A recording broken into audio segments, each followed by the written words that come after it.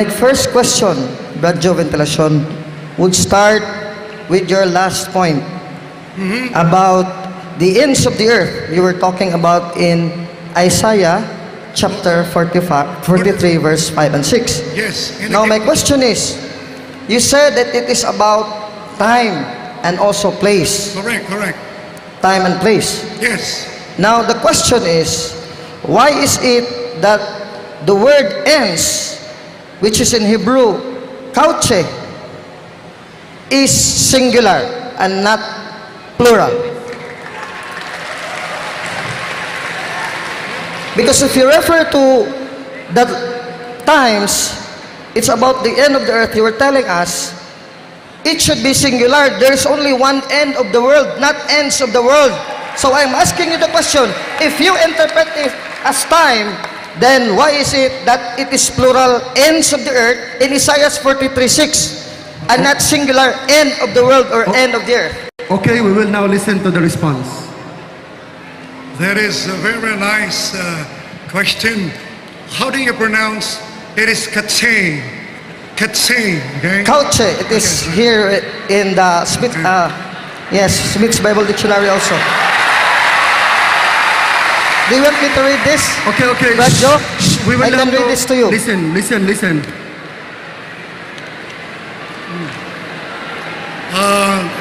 Modesty aside, Mr. Alvin, I'm teaching Hebrew grammar in the university. Okay? Okay. So, with a Sephardic form of pronunciation, we say katse haaretz. Okay? Have you heard about that? In Isaiah 45, katse haaretz. Okay, I'm pronouncing it katse, the same as you pronounce it. Maybe a little just a variation. But nevertheless, the word is there. And my question is, and you did not answer my question, Brad Joe, is that why is it, if it is referring to the end of the earth, meaning the end times, sa panahon, sabi mo, why is it ends, plural, when the end of the world is singular? Okay, That is my simple question. You went into my expertise. Okay? When you are studying Old Testament textual criticism, right, you have to decipher these manuscripts used as a basis for the translation into English, correct? So before you ask that question, I did my homework already. Okay? Okay. Let us listen. Only 10 minutes are given, so let us listen. The term katse haaretz, is found in the Masoretic text. The Masoretic text is written in 800 AD or 1000 AD. The Elipa Codex, which I have in my library, I have also the Leningrad Codex. These are Masoretic texts, all right? I also have in my library, unfortunately I did not bring it. I did not think that you will be bringing it up. But I have the Dead Sea Scrolls Bible in English.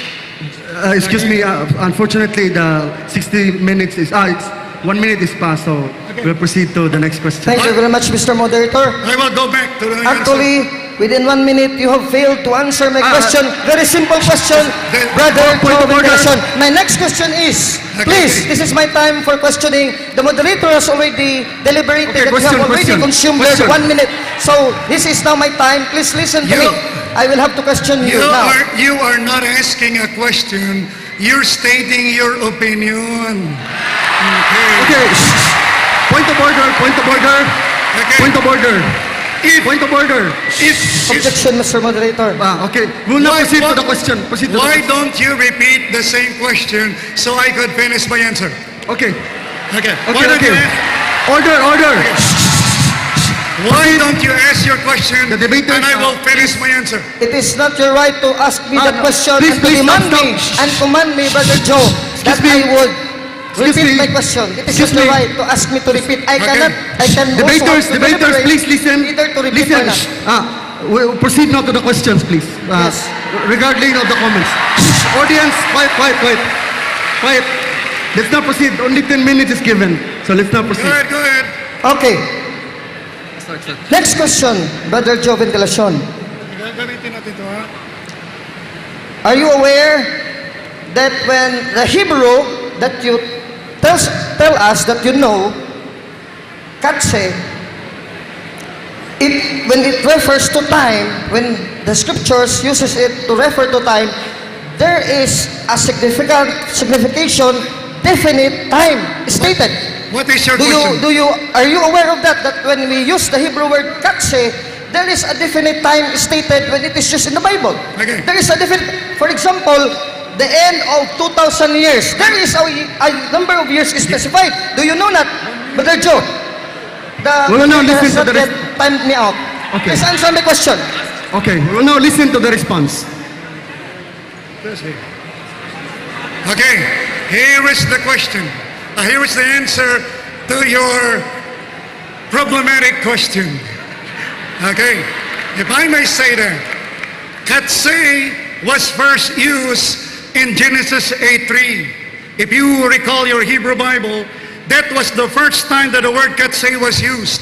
It was used to refer to intemporal period or time. The word katse is used as a time. Going back to your question, which I did not finish answering, you said singular. Do you know the Dead Sea Scrolls Bible? This is 150 BC.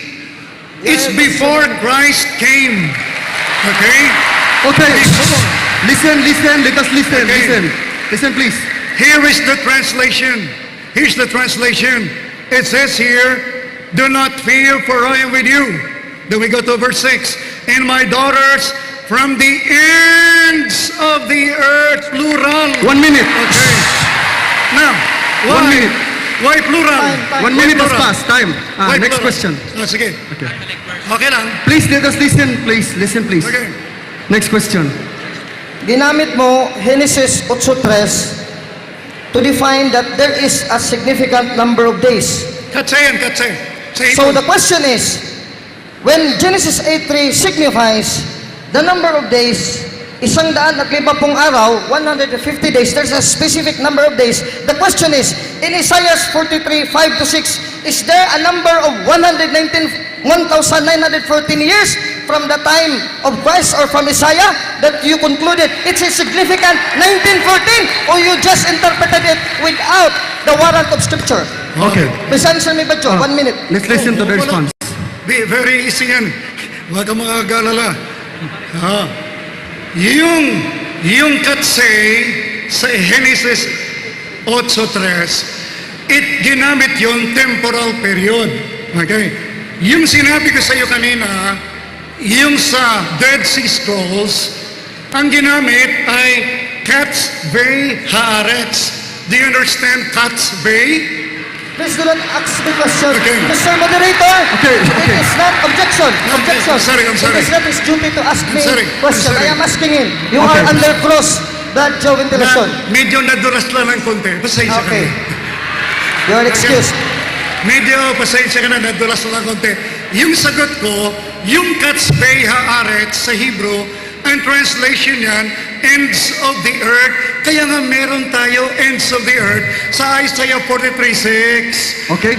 Okay, yung ginagamit mo, Last 2 minutes. yung ginagamit mo, Masoretic text, hindi mo alam, meron ng Dead Sea Scrolls. Ngayon. Okay. Order. Next question. Next question. According to the Greek Hebrew definition of katse, would you agree that the first 3 definitions would refer to geographical location, which means end extremity, end mouth extremity, or border and outskirts? Would you agree? Hindi ako tutol dyan. Pero the Okay. first time, makinig kayo ha. Makinig kayo para pati siya matuto din. Okay. Okay, Proceed. the first time na ginamit yan sa Genesis 8:3 is katse used as a temporal period of time. But remember, the term katse, like ketzot, like katzvei, they are all over the Hebrew Bible sa Old Testament. So itanong mo, which specific verse are you questioning? Alin dyan? Okay, please. Alin dyan? Badjo, your Okay. duty is to Listen, answer my listen. questions because you're under cross, Mr. Moderator, this is an objection. Because you always keep questioning me Oh, okay. when it is not Okay. my time for cross-examination. Okay, let us ask the speaker to stop asking questions. Okay. Go ahead, go proceed. ahead, go ahead.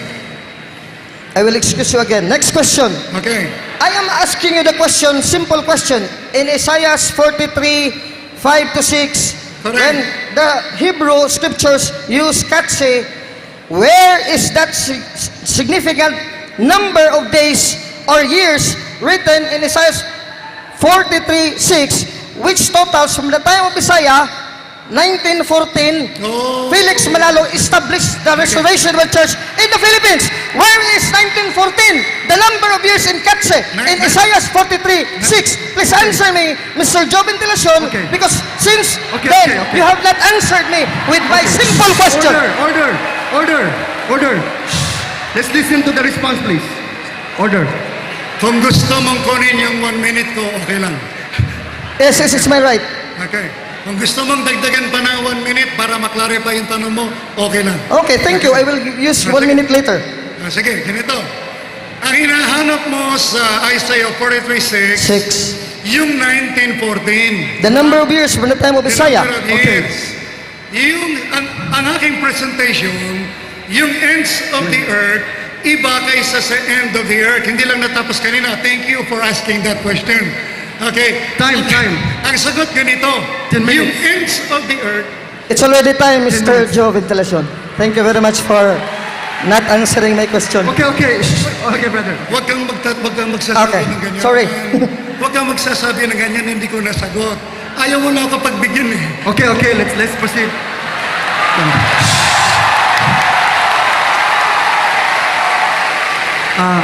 Before the negative speaker would begin his speech, timers, please don't time this yet, okay? I would like to remind the audience that we have to listen to the presentations and the cross-examination. So please refrain from shouting. If you want to clap, you clap, but do not refrain from shouting. And then also the speakers to avoid unnecessary remarks, okay? So let's just proceed to the agreed order. So we will now have the presentation of the negative side to be represented by Brother Alvin Gitamundo for 25 minutes. Timer starts now. Thank you very much, Mr. Moderator. And thank you very much, Brother Joe Ventilacion of the Iglesia de Cristo, for honestly answering my questions. But sad to say, we are all witnesses here that what Joe did not answer directly within 1 minute. He lost time. He needs more time to answer a very simple question. My simple question is, in Hebrew, the word katse, when it refers to time, the Hebrew dictionary and lexicon states that katse, when refers to the end of a certain time, there is a significant certain number of times. And he quoted Genesis 8:3 to justify my point. Where in the flood, 150 days. Now the question is, in Isaiah 43:6, where is the complete number of days in which you will add from 722 Isaiah up to 1914, Felix Malalo restoring the Church of Christ in the Philippines? You cannot read in the Bible. So the meaning of katse is not the perfectly fit to your meaning. You interpreted only katse according to your interpretation and meaning, not the meaning of the Hebrew Bible. Meaning the ignorance of the scriptures is on your side, not on mine. Because I have also researched. Maybe you see me as a small man, small guy, because you're a tall and handsome guy. But I'm also studying Hebrew scriptures a little, and also the Greek scriptures. So you cannot fool me with those words in scriptures. The ends of the earth does not mean the end times, simply because the plural, even in the English and in Tagalog, mga wakas ng lupa, mga wakas, if the earth and the world were end, it would only be singular, the end of the world. I will read a scripture from the words of Christ himself that when used to the end times, it is singular.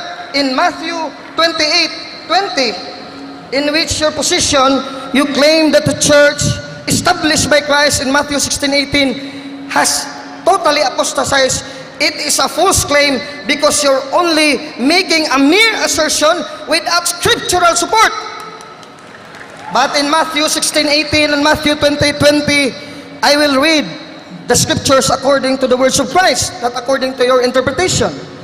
Sabi ni Kristo, dahil dito magsayaon nga kayo at gawin ninyong mga alagad ng mga lahat ng mga bansa na sila ninyong bautismuhan sa pangalan ng Ama at ng Anak at ng Espiritu Santo, na ituro ninyo sa kanila na kanilang ganapin ang lahat ng mga bagay na inutos ko sa inyo.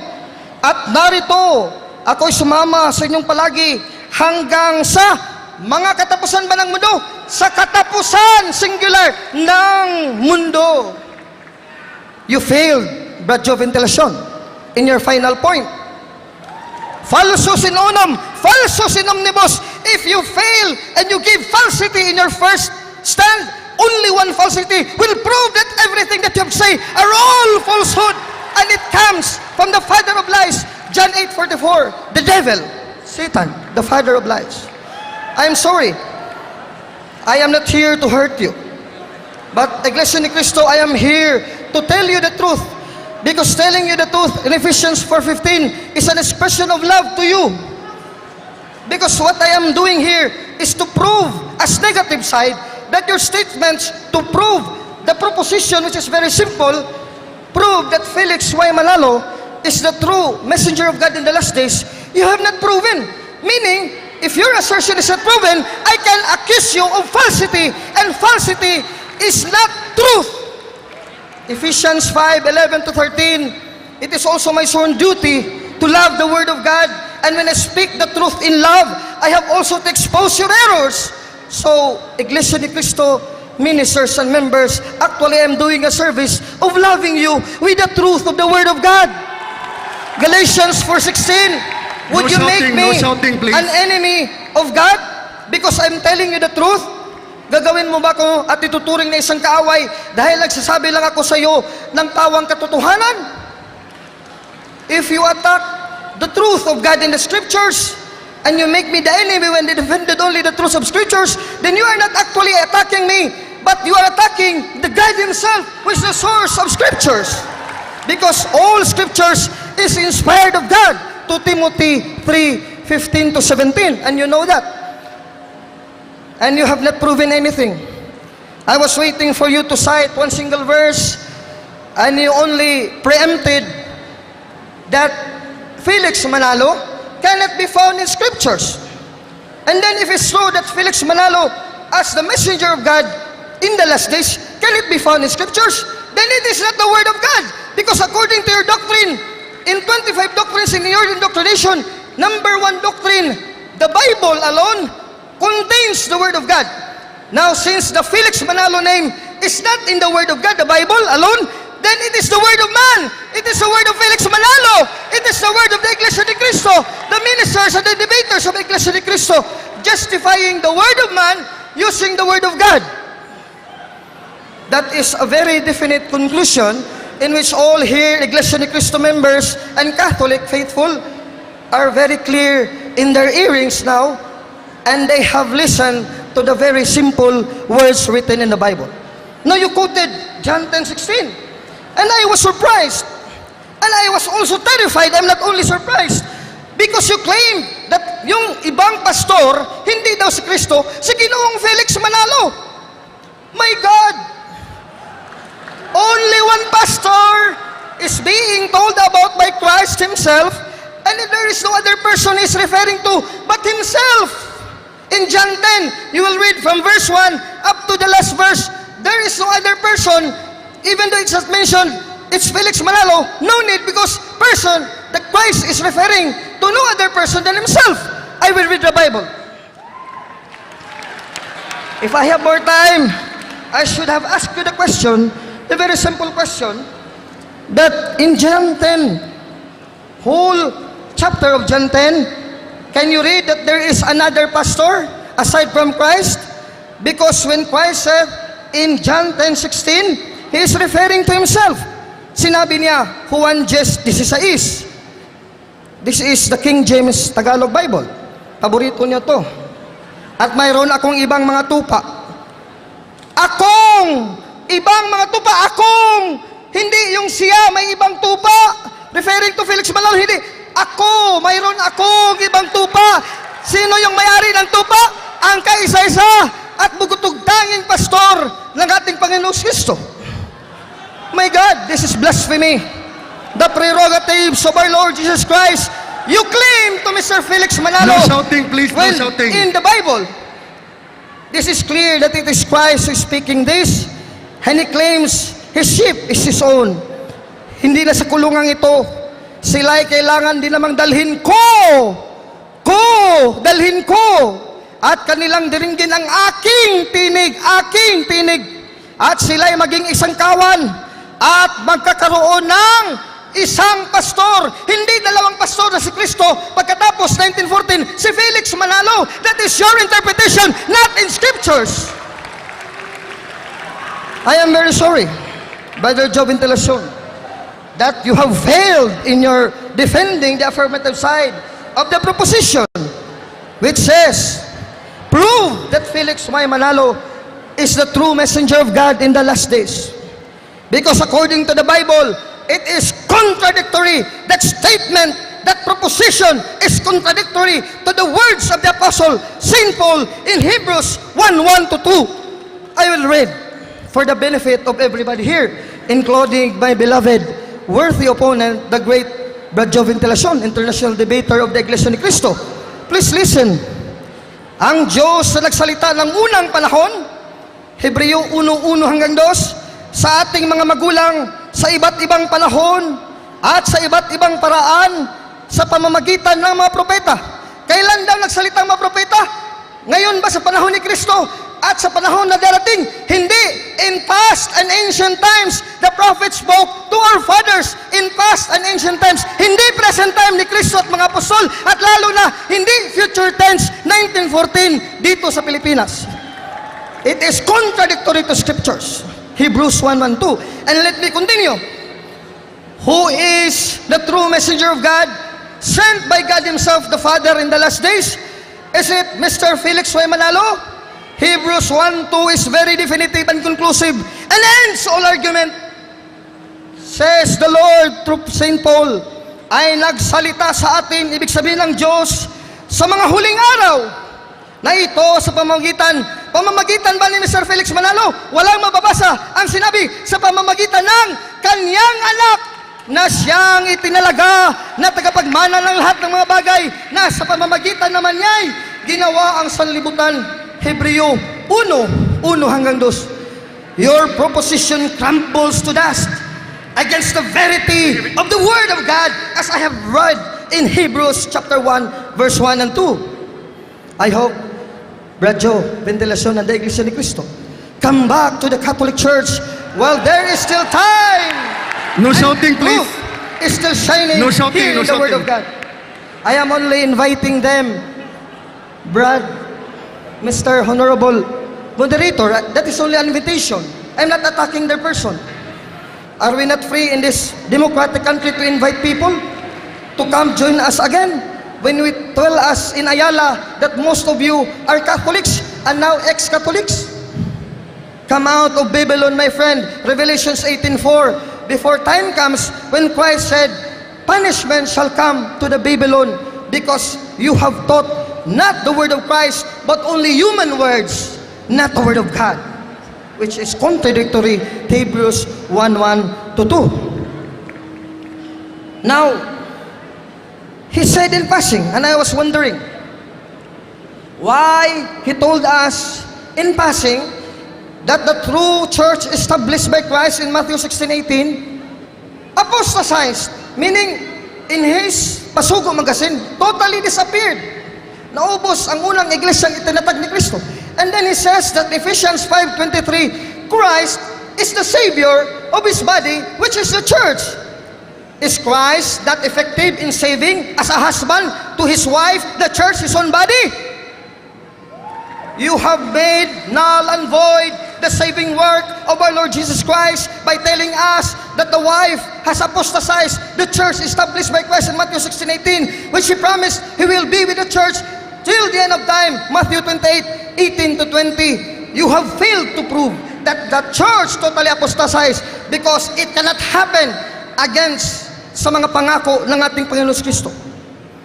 To give respect to the Word of God, let me read Matthew 16:18 because I have only read Matthew 28:18 to 20, and this is very definitive to this your argument and your allegation that the church apostatized, the church founded by Christ. It cannot happen.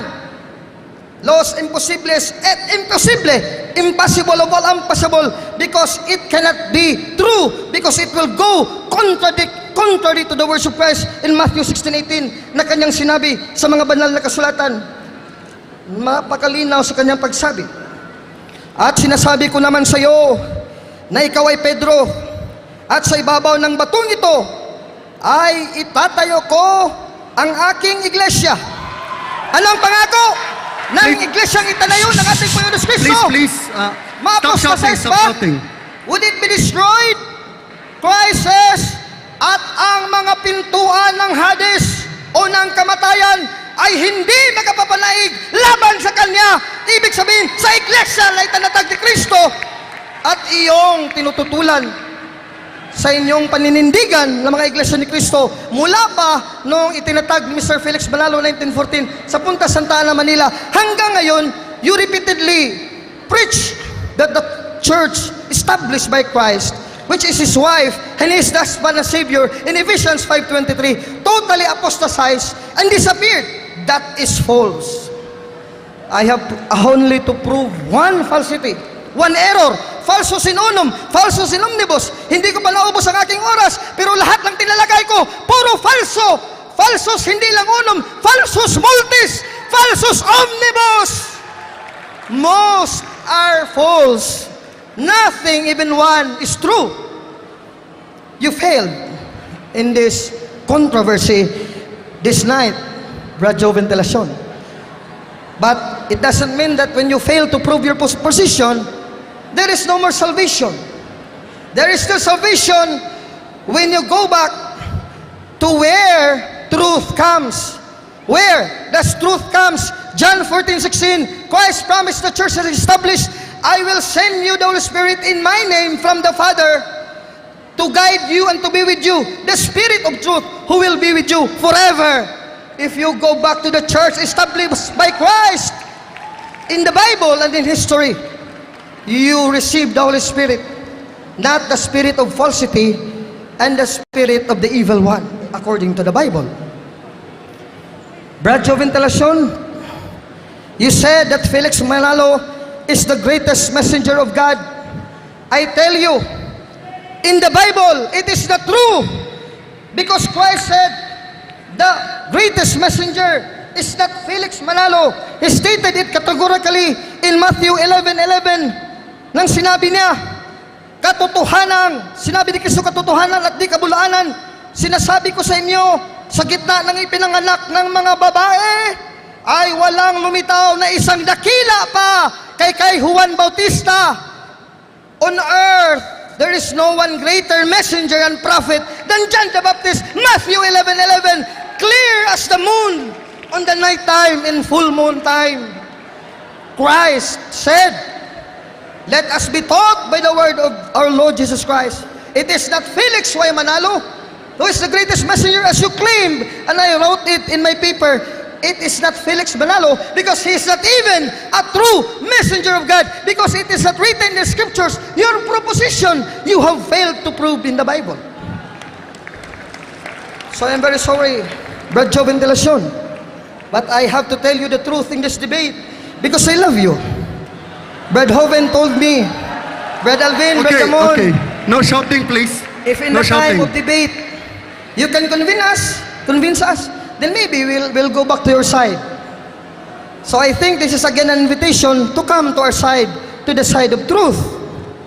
Now, you stated that there is fulfillment of prophecy about Felix Manalo, and you said it's in Revelation, although you did not cite the verse, but you meant in your doctrine, you used Revelations at Pahayag 7:1 hanggang 3 na patunay na si Ginoong Felix Manalo ay siyang sugo ng Diyos sa huling araw.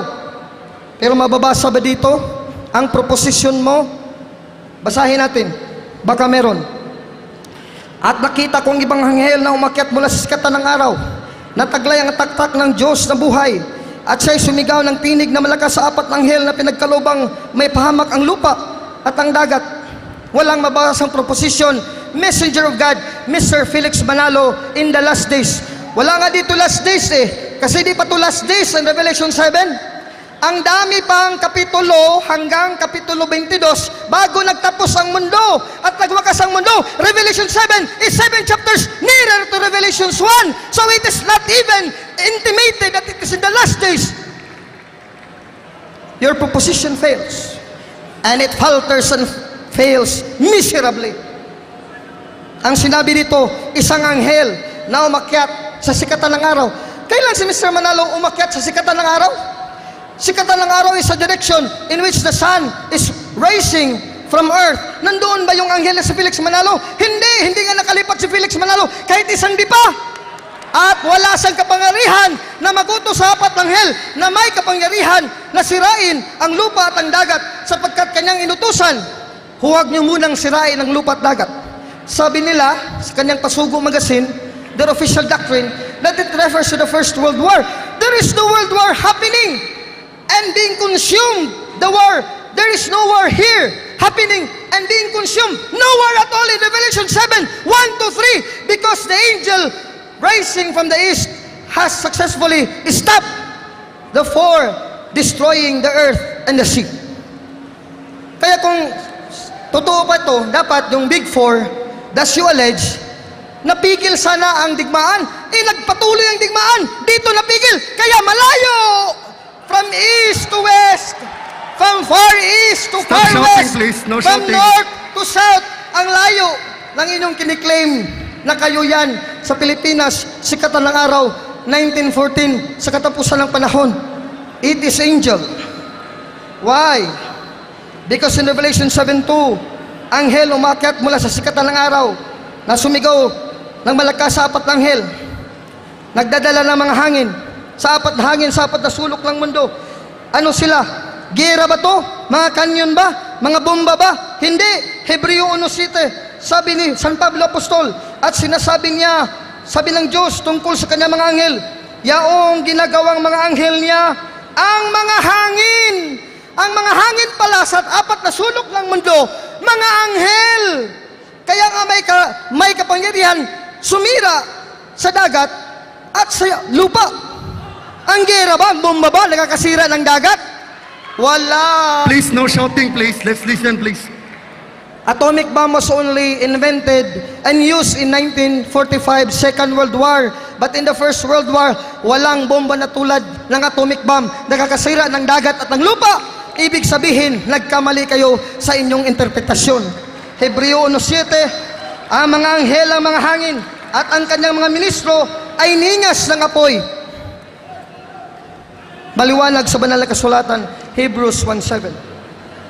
Now, you further claim that Christ sent Felix Manalo.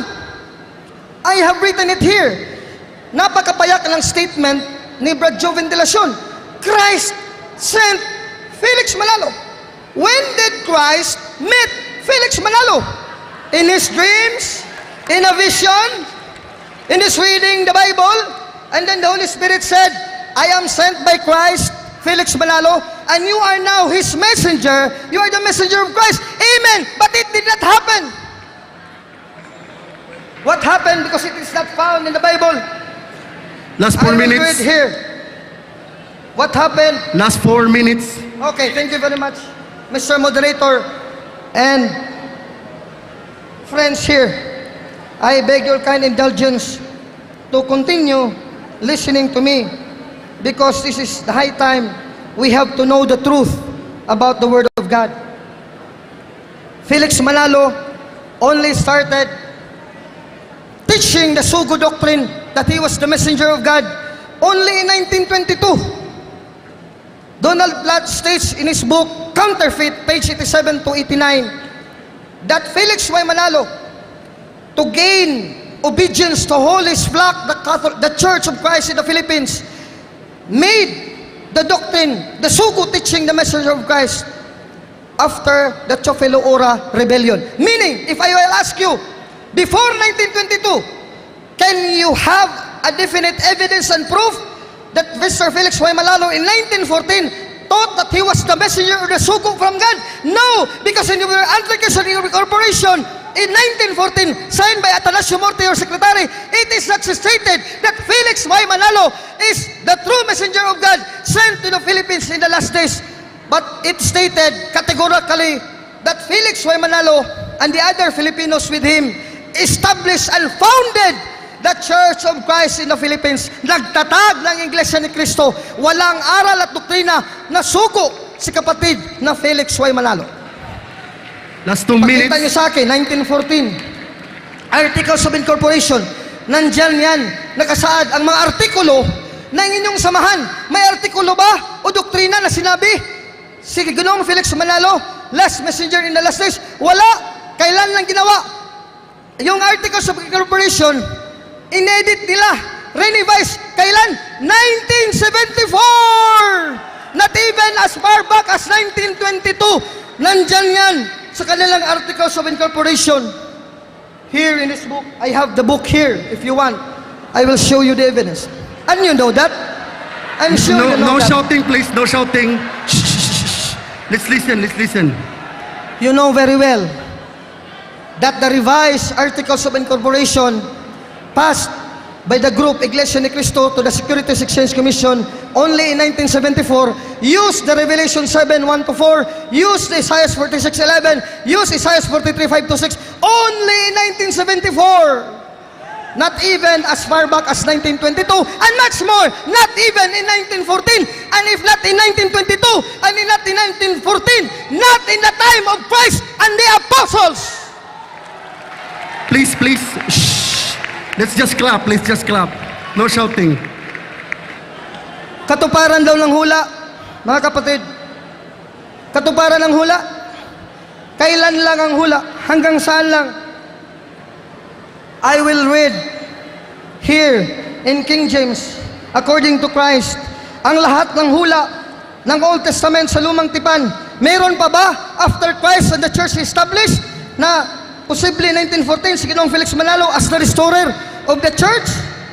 Wala. Because sabi ni Kristo, 10 seconds. the law and the prophets were only until John.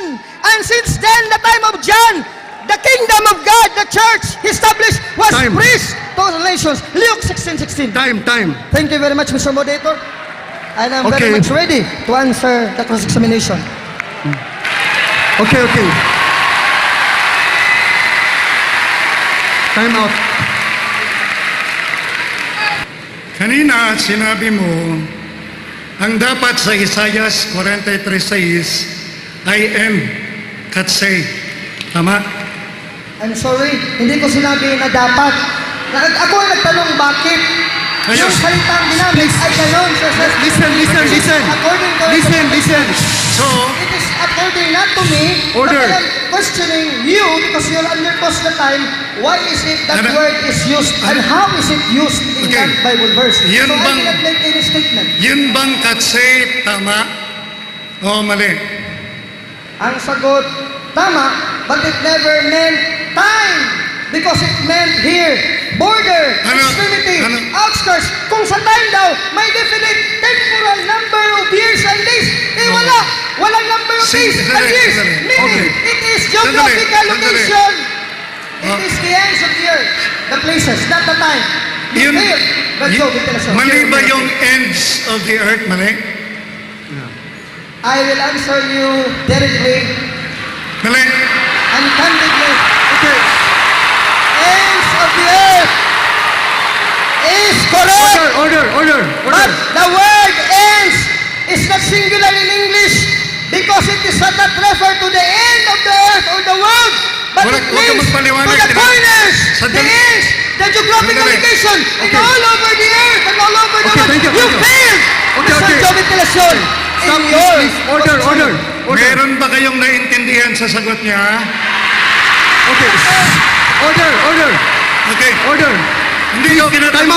Time out. Hindi ka tinatanong ko, yung audience Listen, tinatanong ko. listen please. Meron ba Debaters. kayong naintindihan sa sagot niya? Listen please, listen. Point of Ulitin ko order, tanong. point of order. Ulitin Listen ko please, tanong. listen. Yun bang ends of the earth? Please. Tama o mali? Time out. Listen please, debaters, please. Please, I would like to, okay, it's okay. I would like to remind the debaters to refrain from judgment, fail or not fail. Just proceed to the cross-examination. And audience,